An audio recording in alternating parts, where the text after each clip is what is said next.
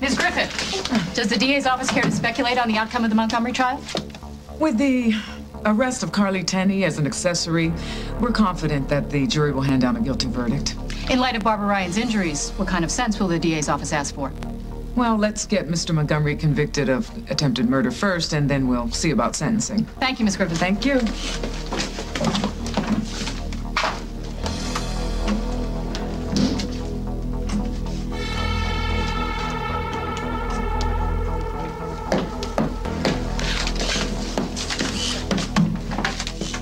Jessica.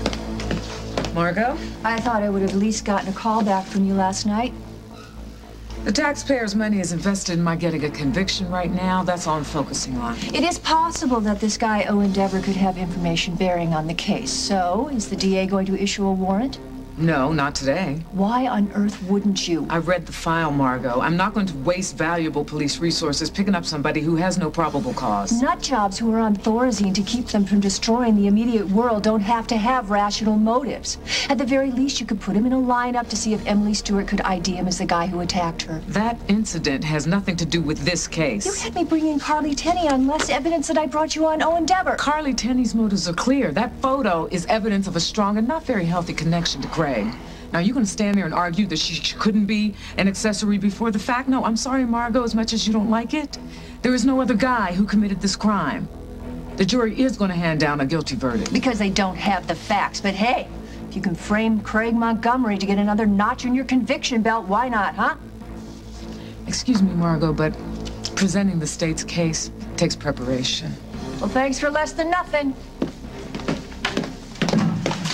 Good morning, Margo. Oh, well, I guess manners are in short supply at the Oakdale PD this morning. I'm sure she's worried sick about Craig, Mother.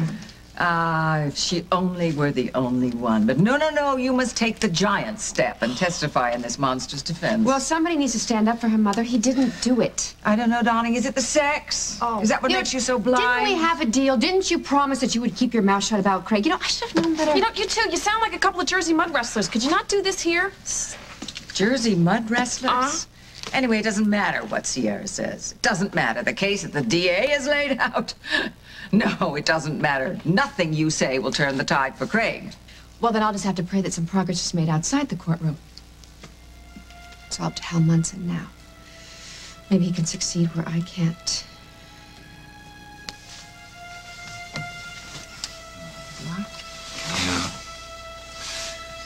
Yeah. No. Oh, hi. Excuse me. We're friends of Julia Snyder's. I was wondering how we can get in to see her. Yeah, hi. I'm Emily Stewart. I don't know if you remember me, but Julie and I are close personal friends. I was here about a month ago. Maybe you remember. I'm sorry, Julia isn't seeing anyone. What? Not anybody? I mean, isolating yourself like that can't be good for her, right? Oh, hello. Is there a problem here? It's all right, Annette. I'll handle this. What can I do for you? Dr. Michaels, it's been so long since I saw you, I wasn't sure if you'd remember. I've thought of you often with all the news about Barbara. How's she doing? Well, it's been pretty rough. Listen, I'm so glad you're here because Emily and I... Oh, I'm sorry. This is Emily Hi, Stewart. Emily Stewart. Nice to see you again. We're actually here to see Juliet. She's a very good friend of both of ours, and we were hoping we could see her. I'm sorry. That's not going to be possible. Come on, somebody! You know, I have a child who will not know where his mother is. I haven't even gotten to speak to a lawyer. Yell any louder and the guys over in the drunk tank are gonna start screaming things you really don't want to hear. Well, at least they got some sleep. By the time the hookers in the next cell finished their 18th round of canasta, it was like 5 in the morning, and then they were bailed out. I, however, am still here and getting very hoarse. Where's a good tin cup when you need one? Did you get your phone call yet? A lot of good it did me.